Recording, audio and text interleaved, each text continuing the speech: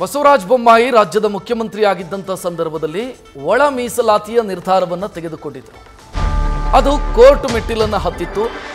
ಸದ್ಯ ಅದಕ್ಕೆ ಸಂಬಂಧಿಸಿದಂತೆ ಸುಪ್ರೀಂ ಕೋರ್ಟ್ ಮಹತ್ವದ ತೀರ್ಪನ್ನು ಪ್ರಕಟಿಸಿದೆ. ಪರಿಶಿಷ್ಟ ಜಾತಿಗೆ ಕಲ್ಪಿಸಲಾಗಿರುವಂಥ ಒಳ ಮೀಸಲಾತಿ ಅದು ಸಮಾನತೆಯನ್ನು ಉಲ್ಲಂಘಿಸೋದಿಲ್ಲ. ಒಳ ಮೀಸಲಾತಿ ವರ್ಗೀಕರಣ ಕಾನೂನುಬದ್ಧ ಅಥವಾ ಮೀಸಲಾತಿಯ ವರ್ಗೀಕರಣ ಕಾನೂನುಬದ್ಧ ಅಂತ ಸುಪ್ರೀಂ ಕೋರ್ಟ್ ಹೇಳಿದೆ. ಸುಪ್ರೀಂ ಕೋರ್ಟ್ನ 7 ಮಂದಿ ಸದಸ್ಯರ ಪೀಠ 6-1 ಬಹುಮತದ ತೀರ್ಪನ್ನು ಕೊಟ್ಟಿದೆ. ಮುಖ್ಯ ನ್ಯಾಯಮೂರ್ತಿ ಡಿ.ವೈ. ಚಂದ್ರಚೂಡ್ ನೇತೃತ್ವದ ಪೀಠ ಈ ತೀರ್ಪನ್ನು ಪ್ರಕಟಿಸಿರೋದು. ಇದರಲ್ಲಿ 6 ಮಂದಿ ಒಳ ಮೀಸಲಾತಿ ಸಮರ್ಪಕವಾಗಿದೆ ಅನ್ನುವಂಥ ಅಭಿಪ್ರಾಯವನ್ನು ಕೊಟ್ಟರೆ, ಜಸ್ಟಿಸ್ ಬೇಲಾ ಮಾತ್ರ ಅವರು ಭಿನ್ನ ತೀರ್ಪನ್ನು ಪ್ರಕಟಿಸಿದ್ದಾರೆ. ಬಹುಮತದ ತೀರ್ಪಾಗಿರೋ ಕಾರಣ ಬೊಮ್ಮಾಯಿ ಸರ್ಕಾರದ ನಿರ್ಧಾರವನ್ನು ಸುಪ್ರೀಂ ಕೋರ್ಟ್ ಎತ್ತಿ ಹಿಡಿದಿದೆ. ಈ ಬಗ್ಗೆ ಹೆಚ್ಚಿನ ಡೀಟೇಲ್ ನೀಡೋದಕ್ಕೆ ನಮ್ಮ ಪ್ರತಿನಿಧಿ ಚಂದ್ರಮೋಹನ್ ನೇರ ಸಂಪರ್ಕದಲ್ಲಿ. ಚಂದ್ರಮೋಹನ್, ಕಳೆದ ಬಾರಿ ಎಲೆಕ್ಷನ್ ಸಂದರ್ಭದಲ್ಲಿ ಅಥವಾ ಎಲೆಕ್ಷನ್ಗೆ ಇನ್ನೇನೋ ಕೆಲವೇ ತಿಂಗಳಿದೆ ಅನ್ನೋ ಸಂದರ್ಭದಲ್ಲಿ ತೆಗೆದುಕೊಂಡಂಥ ತೀರ್ಮಾನ ಈಗ ಸುಪ್ರೀಂ ಕೋರ್ಟ್ ಅದನ್ನು ಎತ್ತಿ ಹಿಡಿದಿದೆ. ಈಗಿನ ಸರ್ಕಾರದ ಮನಸ್ಥಿತಿ ಏನು, ಮುಂದಕ್ಕೆ ಏನಾಗುತ್ತೆ ಈ ವಿಚಾರದಲ್ಲಿ? ಹೌದು ರಕ್ಷತ್, ಈಗ SC/ST ಸಮುದಾಯಕ್ಕೆ ಒಳ ಮೀಸಲಾತಿಯನ್ನು ನೀಡುವಂಥದ್ದು ಕಾನೂನುಬದ್ಧ ಮತ್ತು ಒಳ ಮೀಸಲಾತಿ ನೀಡಿಕೆಯಿಂದ ಸಮಾನತೆ ತತ್ವವನ್ನು ಉಲ್ಲಂಘಿಸದಂತೆ ಆಗೋದಿಲ್ಲ ಅನ್ನುವ ಮಹತ್ವದ ತೀರ್ಪನ್ನು ಇವತ್ತು ಸುಪ್ರೀಂ ಕೋರ್ಟ್ ನೀಡಿದೆ. ಈ ಹಿಂದೆ ಕರ್ನಾಟಕದಲ್ಲಿ ಇದ್ದಂಥ ಬಸವರಾಜ ಬೊಮ್ಮಾಯಿ ಸರ್ಕಾರ ಕೂಡ SC ಸಮುದಾಯಕ್ಕೆ ಒಳ ಮೀಸಲಾತಿಯನ್ನು ನೀಡುವಂಥ ತೀರ್ಮಾನವನ್ನು ತೆಗೆದುಕೊಂಡಿತ್ತು. ಈಗ ಸುಪ್ರೀಂ ಕೋರ್ಟ್ನ ಸಂವಿಧಾನಿಕ ಪೀಠ ಈ ಒಳ ಮೀಸಲಾತಿಯನ್ನು ನೀಡಿಕೆ ಕಾನೂನುಬದ್ಧ ಮತ್ತು ಸಮಾನತೆ ತತ್ವವನ್ನು ಉಲ್ಲಂಘಿಸೋದಿಲ್ಲ ಅಂತೇಳಿ ಮಹತ್ವದ ತೀರ್ಪನ್ನು ನೀಡಿದೆ. ಈಗ ಮುಖ್ಯವಾಗಿ ಸಿದ್ದರಾಮಯ್ಯ ಸರ್ಕಾರ ಈ ಒಳ ಮೀಸಲಾತಿಯನ್ನ ಜಾರಿಗೊಳಿಸುವ ನಿಟ್ಟಿನಲ್ಲಿ ತೀರ್ಮಾನವನ್ನು ತೆಗೆದುಕೊಳ್ಳುತ್ತಾ ಇಲ್ವಾ ಅನ್ನೋದನ್ನು ಕೂಡ ನೋಡಬೇಕಾಗುತ್ತೆ. ಈಗ ದಲಿತ ಸಮುದಾಯದ ಸಚಿವರುಗಳ ನಿಲುವು ಏನಾಗಿದೆ ಅನ್ನೋದನ್ನು ಕೂಡ ಈಗ ಮುಖ್ಯವಾಗಿ ನೋಡಬೇಕಾಗುತ್ತೆ. ಈಗ ಕರ್ನಾಟಕದಲ್ಲಿ HC ಮಹದೇವಪ್ಪ ಜೊತೆಗೆ KH ಮುನಿಯಪ್ಪ ಅವರಂತಹ ದಲಿತ ಸಮುದಾಯದ ಘಟಾನುಘಟಿ ನಾಯಕರುಗಳು ಸಚಿವರುಗಳಾಗಿದ್ದಾರೆ. ಅವರು ಯಾವ ರೀತಿಯಾದಂಥ ನಿಲುವನ್ನು ತಾಳ್ತಾರೆ ಮತ್ತು CM ಸಿದ್ದರಾಮಯ್ಯ ಯಾವ ರೀತಿಯಾದಂಥ ನಿಲುವನ್ನು ತಾಳ್ತಾರೆ ಅನ್ನೋದ್ರ ಮೇಲೆ ಕರ್ನಾಟಕದಲ್ಲಿ SC ಸಮುದಾಯಕ್ಕೆ ಒಳ ಮೀಸಲಾತಿ ಯಾವ ಮಟ್ಟಿಗೆ ಜಾರಿಯಾಗುತ್ತೆ ಏನು ಅನ್ನೋದನ್ನ ನೋಡಬೇಕಾಗುತ್ತೆ. ಆದ್ರೆ ಈಗ ಸುಪ್ರೀಂ ಕೋರ್ಟ್ ಕೂಡ ಈ ಒಳ ಮೀಸಲಾತಿ ಕಾನೂನುಬದ್ಧ ಮತ್ತು ಸಮಾನತೆ ತತ್ವವನ್ನು ಉಲ್ಲಂಘಿಸುವುದಿಲ್ಲ ಅಂತೇಳಿ ತೀರ್ಪನ್ನು ನೀಡಿರುವಂತಹ ಈ ತೀರ್ಪಿನಲ್ಲೇ ಕೆಲವೊಂದು ಮಹತ್ವದ ಅಂಶಗಳನ್ನು ಕೂಡ ಹೇಳಿದೆ. ಮುಖ್ಯವಾಗಿ ಕ್ರಿಮಿನಲ್ ಲೇಯರ್ ವರ್ಗವನ್ನು SC/ST ಮೀಸಲಾತಿಯಿಂದ ಹೊರಗಿಡಬೇಕು ಅನ್ನುವ ಮಹತ್ವದ ತೀರ್ಪನ್ನು ಕೂಡ ಕೊಟ್ಟಿದೆ. ಕ್ರಿಮಿನಲ್ ಲೇಯರ್ ವರ್ಗ ಅಂತ ಅಂದರೆ ಮುಖ್ಯವಾಗಿ ಈ 8 ಲಕ್ಷ ರೂಪಾಯಿಗೆ ವಾರ್ಷಿಕ 8 ಲಕ್ಷ ರೂಪಾಯಿಗಿಂತ ಹೆಚ್ಚಿನ ಆದಾಯವನ್ನು ಗಳಿಸ್ತಕ್ಕಂತಹ ಕುಟುಂಬ ವರ್ಗ. ಈ ಕುಟುಂಬವನ್ನು SC/ST ಮೀಸಲಾತಿಯಿಂದನೂ ಕೂಡ ಹೊರಗಿಡಬೇಕಾಗುತ್ತೆ.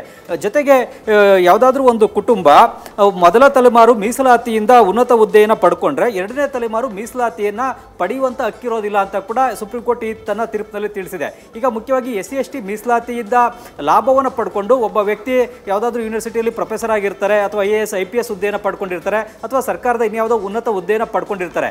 ಅದೇ ಕುಟುಂಬದಲ್ಲಿ ಎರಡನೇ ತಲೆಮಾರಿನ ವ್ಯಕ್ತಿ ಕೂಡ ಮೀಸಲಾತಿಯ ಹಕ್ಕನ್ನು ಪಡೆಯಲಿಕ್ಕೆ ಸಾಧ್ಯವಾಗೋದಿಲ್ಲ, ಹಕ್ಕನ್ನು ಪಡಿಬಾರದು ಅನ್ನುವ ಮಹತ್ವದ ತೀರ್ಪನ್ನು ಇವತ್ತು ಸುಪ್ರೀಂ ಕೋರ್ಟ್ ನೀಡಿದೆ. ಯಾಕೆಂತಂದ್ರೆ ಮೀಸಲಾತಿಯನ್ನು ಪಡೆದಂತರೇ ಪಡಿತಾ ಇರ್ತಾರೆ, ಬೇರೆಯವರಿಗೆ ಮೀಸಲಾತಿಯ ಲಾಭ ಸಿಗೋದಿಲ್ಲ, ಅದರ ಅನುಕೂಲಗಳು ಸಿಗೋದಿಲ್ಲ ಅನ್ನತಕ್ಕಂಥ ಆಕ್ಷೇಪ ಸಮಾಜದಲ್ಲಿದೆ.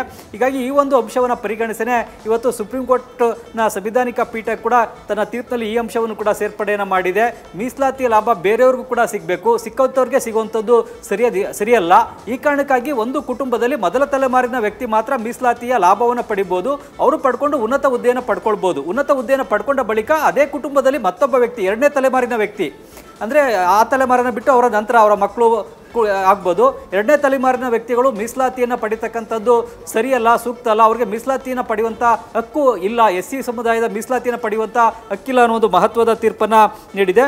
ಜೊತೆಗೆ ರಾಜ್ಯ ಸರ್ಕಾರಗಳು ಕ್ರಿಮಿನಲ್ ವರ್ಗವನ್ನು ಗುರುತಿಸಲಿಕ್ಕೆ ನೀತಿಯನ್ನು ಜಾರಿಗೆ ತರಬೇಕು, ಸಮಾನತೆಯನ್ನು ಸಾಧಿಸಲಿಕ್ಕೆ ಇರೋದು ಇದೊಂದೇ ಮಾರ್ಗ ಅಂತ ಕೂಡ ಸುಪ್ರೀಂ ಕೋರ್ಟ್ ಹೇಳಿದೆ. ಈಗ ಕ್ರಿಮಿನಲ್ ತತ್ವವನ್ನು OBC ವರ್ಗಕ್ಕೆ ಅನ್ವಯಿಸಲಾಗ್ತಾ ಇದೆ. ಈ OBC ತತ್ವಕ್ಕೆ ಅನ್ವಯ ಆಗ್ತಾ ಇರತಕ್ಕಂತಹ ಕ್ರಿಮಿನಲ್ ತತ್ವ SC/ST ಸಮುದಾಯಕ್ಕೂ ಕೂಡ ಅನ್ವಯ ಆಗಬೇಕು ಅಂತೇಳಿ ಇವತ್ತು ಸುಪ್ರೀಂ ಕೋರ್ಟ್ ತನ್ನ ಈ ತೀರ್ಪಿನಲ್ಲಿ ತಿಳಿಸಿದೆ. ಹೀಗಾಗಿ ಇದು ಬಹಳ ಮಹತ್ವದ ಅಂಶ. ಜೊತೆಗೆ ಈ ಕ್ರಿಮಿನಲ್ ವರ್ಗವನ್ನು ಗುರುತಿಸ್ತಕ್ಕಂಥದ್ದು ಕೂಡ ರಾಜ್ಯ ಸರ್ಕಾರಗಳ ಸಂವಿಧಾನಬದ್ಧ ಕರ್ತವ್ಯ ಅಂತ ಕೂಡ ಈಗ ಸುಪ್ರೀಂ ಕೋರ್ಟ್ ತನ್ನ ತೀರ್ಪಿನಲ್ಲಿ ಮಹತ್ವದ ಅಂಶವನ್ನ ಹೇಳಿದೆ.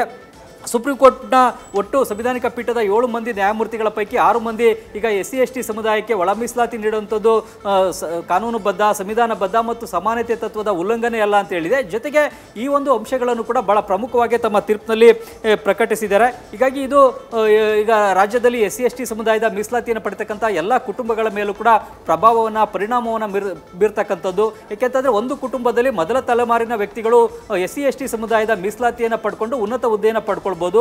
ಅದಾದ ನಂತರ 2ನೇ ತಲೆಮಾರಿನ ವ್ಯಕ್ತಿಗಳು ಮೀಸಲಾತಿಯನ್ನು ಪಡ್ಕೊಳ್ಳಿಕ್ಕೆ ಯಾವುದೇ ಹಕ್ಕು ಇಲ್ಲ ಅಂತೇಳಿ ಇವತ್ತು ಸುಪ್ರೀಂ ಕೋರ್ಟ್ ಸ್ಪಷ್ಟವಾಗಿ ತನ್ನ ಬಹುಮತದ ತೀರ್ಪಿನಲ್ಲಿ ಹೇಳಿದೆ. ರಕ್ಷತ್, ಧನ್ಯವಾದ ಚಂದ್ರಮೋಹನ್ ಮಾಹಿತಿಗೆ.